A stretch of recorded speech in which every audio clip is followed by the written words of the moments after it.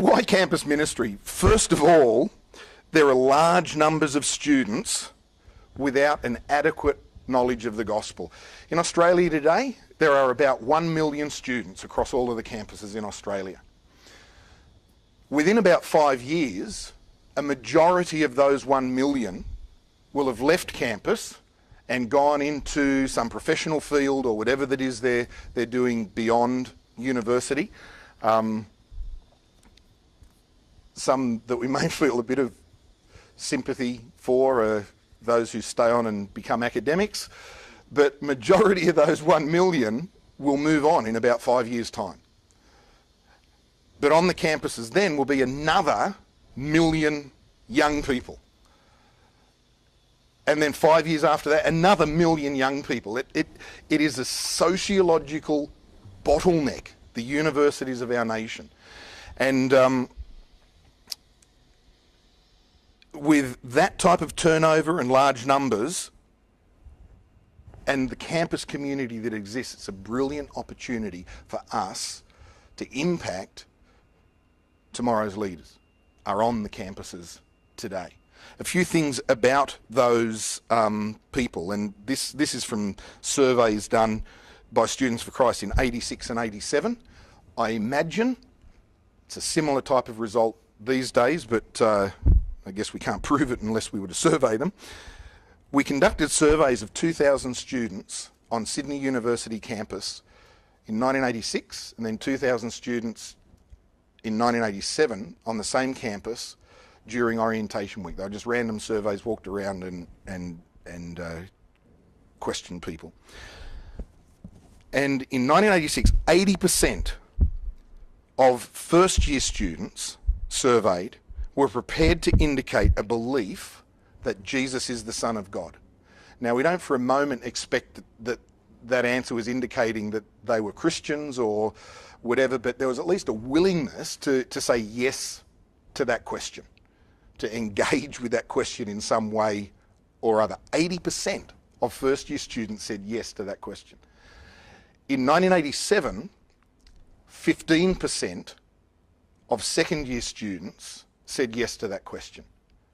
That indicates that in just the first year of university, 65% of first year students, something shifts, something changes in their way of thinking, their way of believing, their way of responding to a question, do you believe that Jesus is the Son of God? That would shift them from at least being open-minded and open-hearted about it to, no, I don't. 65% in just the first year. So we've got 1 million people every 5 years going through, and we've got 65% of them potentially being impacted in that way. It's an incredible time in a young person's life.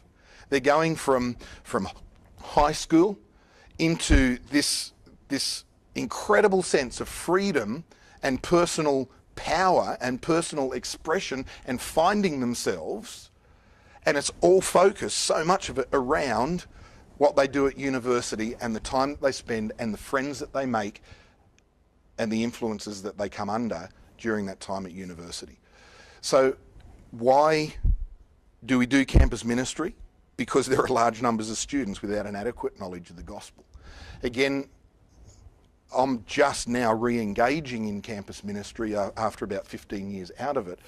But my estimation from when I was previously involved was that there would there would be 80%, and this is just a gut read that I had as I ministered around full-time around the campuses and so on, about 80% of students had no adequate or proper knowledge of the gospel of Jesus Christ and what Jesus Christ was all about. And I would think that the statistic, if not higher, these days would be somewhere similar. It is a sociological bottleneck that influences people within the first 12 months of them being there. The church needs a voice to those people. It's the future of our nation, it's the future of our world. There needs to be a voice there representing Christ and representing the kingdom of God and turning things to the positive and keeping people's hearts and minds open and being one to Christ. The campus environment presents an amazing opportunity to reach that million people every five years. And even though the campus community may have changed over the decades, it's still an incredible opportunity. People at that age are at the point of making decision and considering their future, considering their beliefs, considering what they stand for, who they are, and where they're heading in life. And the campus community, even though it may have become a bit more commercial, a bit more transient in people's thinking of it, there's still incredible opportunity to relate to people and present opportunity to present ideas, engage with people, engage with their beliefs, engage with their ideas. That isn't necessarily there once they're in the workforce or pursuing a career. The campus environment presents a great opportunity to present the gospel of Christ to people. Tertiary campuses are a philosophical and ideological breeding ground. Historically, universities were founded, the whole idea of the university was founded by the church. The church was the first one to set up the universities of Europe.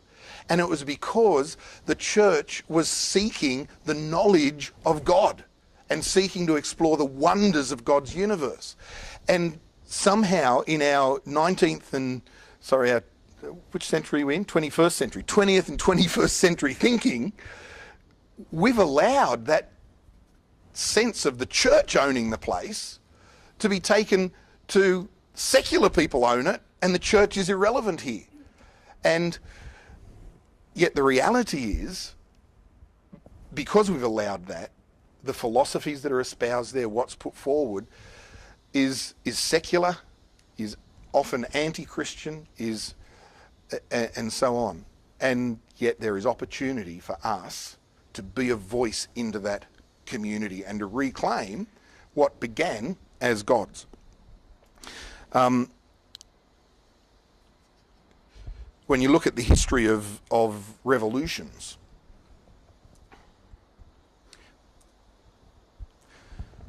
Russia, China, the history of ethnic cleansings, like over in Cambodia and Vietnam and Rwanda and even Hitler. First thing they did was try to get the intelligentsia. They killed off those that did not believe, for example, in Russia, the Marxist philosophies, and they installed their own people into the positions of academia and of thinking. The universities are philosophical and ideological breeding grounds for a nation, and there's got to be a voice for the church there, because the church founded the concept of university.